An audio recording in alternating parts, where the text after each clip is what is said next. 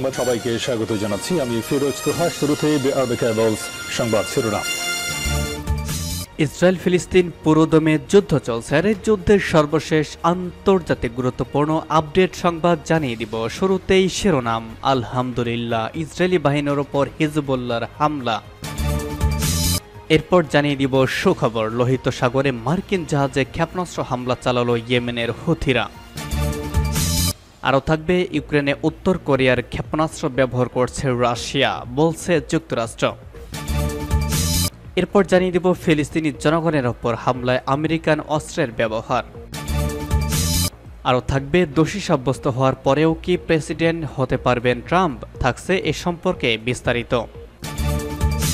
এবং সর্বশেষ জানিয়ে দিব মিয়ানমারে অভ্যুত্থান বিরোধীদের চাপে কোণঠাসা জান্তা বাহিনী।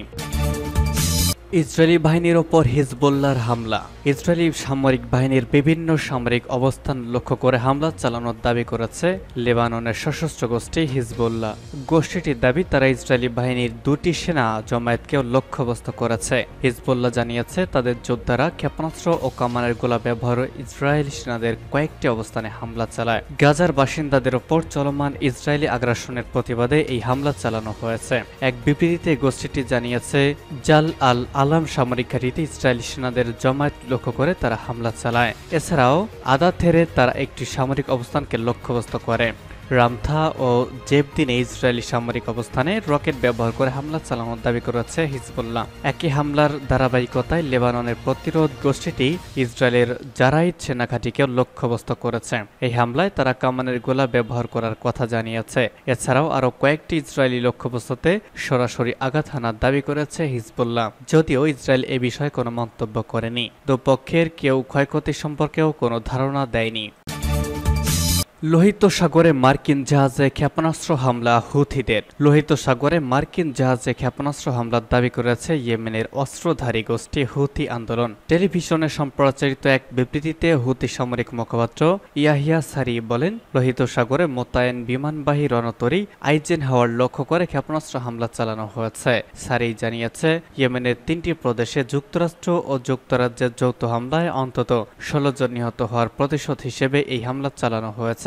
এদিকে ইয়েমেনে যুক্তরাজ্যের যৌথ হামলায় নিহতের সংখ্যা বেড়ে 16 জনে দাঁড়িয়েছে এবং অন্তত 35 জন আহত হয়েছে বলে জানিয়েছে হুথি সমর্থিত আল মাসিরা টেলিভিশন। সানা, হুদাইদা ও তায়েজে হুদাইদা রেডিওর একটি ভবন সহ বিভিন্ন এলাকায় এসব হামলা চালানো হয়। এতে বেসামরিক লোকজন নিহত হয়। নাম প্রকাশে অনিচ্ছুক মার্কিন কর্মকর্তারা বার্তা সংস্থা অ্যাসোসিয়েটেড প্রেসকে জানিয়েছেন ক্ষেপণাস্ত্র উৎক্ষেপক এবং কমান্ড অ্যান্ড কন্ট্রোল সাইট সহ হুথিদের সামরিক স্থাপনার লক্ষ্য করে এসব হামলা চালানো হয়েছে। এর আগে যুক্তরাজ্যের প্রতিরক্ষা মন্ত্রণালয়ের একটি বিবৃতিতে বলা হয়, ঝুঁকি হ্রাস করতে সতর্কতার সঙ্গে এসব হামলা চালানো হয়েছে। লোহিত সাগর পণ্য ও জ্বালানি তেল পরিবহনের জন্য বিশ্বের অন্যতম গুরুত্বপূর্ণ বাণিজ্য পথ। হুথিরা বলছে চলমান যুদ্ধে ফিলিস্তিনিদের সমর্থন জানাতে তারা লোহিত সাগরে ইসরায়েলের সঙ্গে যোগসূত্র থাকা জাহাজে হামলা চালাচ্ছে। গত 7 অক্টোবর ফিলিস্তিনের সশস্ত্র গোষ্ঠী হামাস ইসরায়েলের দক্ষিণাঞ্চলে হামলা চালায়। এরপর থেকে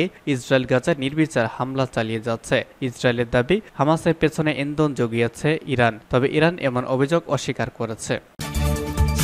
ইউক্রেনে উত্তর কোরিয়ার ক্ষেপণাস্ত্র ব্যবহার করছে রাশিয়া, বলছে যুক্তরাষ্ট্র। রাশিয়া ইউক্রেনে উত্তর কোরিয়ার তৈরি ব্যালিস্টিক ক্ষেপণাস্ত্র ব্যবহার করছে। পিয়ংইয়ং মস্কোতে অস্ত্র পাঠাচ্ছে দীর্ঘদিনের এমন অভিযোগ নিশ্চিত করার জন্য ধ্বংসাবশেষ বিশ্লেষণের উদ্ধৃতি দিয়ে পেন্টাগনের নতুন এক প্রতিবেদনে একথা বলা হয়েছে। পেন্টাগনের প্রতিরক্ষা গোয়েন্দা সংস্থা ডিআইএ প্রতিবেদনে ওপেন সোর্স ইমেজ ব্যবহার করে নিশ্চিত করা হয়েছে এই বছরের জানুয়ারিতে ইউক্রেনের খার্কিভ অঞ্চলে পাওয়া ধ্বংসাবশেষ উত্তর কোরিয়ার তৈরি স্বল্পপলার ব্যালিস্টিক ক্ষেপণাস্ত্রের। ডিআইএ বুধবার এই প্রতিবেদনের ব্যাপারে দেওয়া একটি বিবৃতিতে বলেছে, বিশ্লেষণে নিশ্চিত করা হয় যে রাশিয়া ইউক্রেনের বিরুদ্ধে যুদ্ধে উত্তর কোরিয়ার ব্যালিস্টিক ক্ষেপণাস্ত্র ব্যবহার করেছে। ওই বিবৃতিতে আরও বলা হয়, ইউক্রেন জুড়ে উত্তর কোরিয়ার ক্ষেপণাস্ত্রের ধ্বংসাবশেষ পাওয়া গেছে। দক্ষিণ কোরিয়া পিয়ংইয়ংকে রাশিয়ার কাছে হাজার হাজার কন্টেইনার অস্ত্র পাঠানোর অভিযোগ করেছে। এদিকে উত্তর কোরিয়ার নেতা কিম জং উনের ক্ষমতাধর বোন এই মাসে পিয়ংইয়ং রাশিয়া অস্ত্র পাঠানোর অভিযোগ অস্বীকার করে দাবিটিকে অযৌক্তিক বলে অভিহিত করেছে। ফিলিস্তিনি জনগণের ওপর হামলায় আমেরিকান অস্ত্রের ব্যবহার। আমেরিকার CNN নিউজ চ্যানেল এক প্রতিবেদনে স্বীকার করেছে যে রাফা শরণার্থী শিবিরে ইসরায়েলি সেনাদের হামলা সম্পর্কিত ভিডিও বিশ্লেষণ এবং বিস্ফোরক অস্ত্র বিশেষজ্ঞদের সাক্ষাৎকার থেকে বোঝা যায় যে ফিলিস্তিনিদের তাঁবুতে সাম্প্রতিক মারাত্মক ইসরায়েলি হামলায় আমেরিকার তৈরি গোলাবারুদ ব্যবহার করা হয়েছিল। CNN জানিয়েছে, প্রাপ্ত একটি ভিডিওতে দেখা গেছে যে রাফা শরণার্থী শিবিরে ইসরায়েলি হামলার সময় তাঁবুর কিছু অংশে আগুন লেগে যায় এবং এরপর এই রাতেই বিপুল সংখ্যক নারী, পুরুষ ও শিশু নিরাপদ আশ্রয়ের সন্ধানে এদিক ওদিক ছোটাছুটি করতে থাকে। উদ্ধারকারীরা ধ্বংসস্তূপের নিচ থেকে যে শিশুদের বের করার চেষ্টা করেছিল তাদের মৃতদেহ সহ অনেক পোড়া মৃতদেহ পাওয়া গেছে।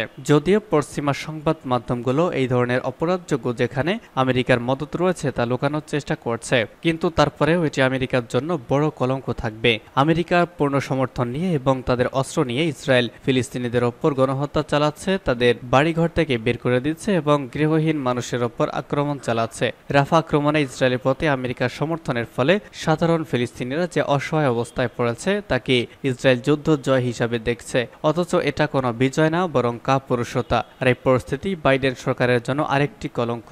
এ বিষয়ে ইরানের বিশ্লেষক মোহসেন রুইয়ে সেফাত আমেরিকান সরকারের জন্য আরেকটি কলঙ্ক।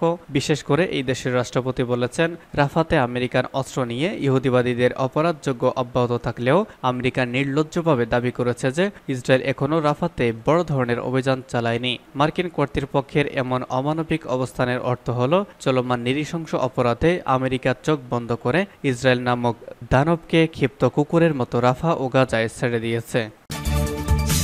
দোষী সাব্যস্ত হওয়ার পরও কি প্রেসিডেন্ট হতে পারবেন ট্রাম্প? ফৌজদারি মামলায় দোষী সাব্যস্ত হয়েছেন সাবেক মার্কিন প্রেসিডেন্ট ডোনাল্ড ট্রাম্প। এর মধ্য দিয়ে তিনি হলেন প্রথম মার্কিন প্রেসিডেন্ট যিনি কোনো অপরাধে দোষী সাব্যস্ত হলেন। আসন্ন নির্বাচনে আগে ট্রাম্পের বিরুদ্ধে এমন রায় ঘোষণা হওয়ার এবার জনমনে প্রশ্ন উঠেছে, দোষী সাব্যস্ত হওয়ার পরেও কি প্রেসিডেন্ট হতে পারবেন ট্রাম্প? চলমান নির্বাচনী প্রচারের জন্য আদালতের ঐতিহাসিক এই রায়ের অর্থ হলো কি হতে পারে? এই প্রশ্নগুলোর ব্যাখ্যা দিয়ে একটি প্রতিবেদন প্রকাশ করেছে মার্কিন সংবাদ মাধ্যম স্কাই নিউজ।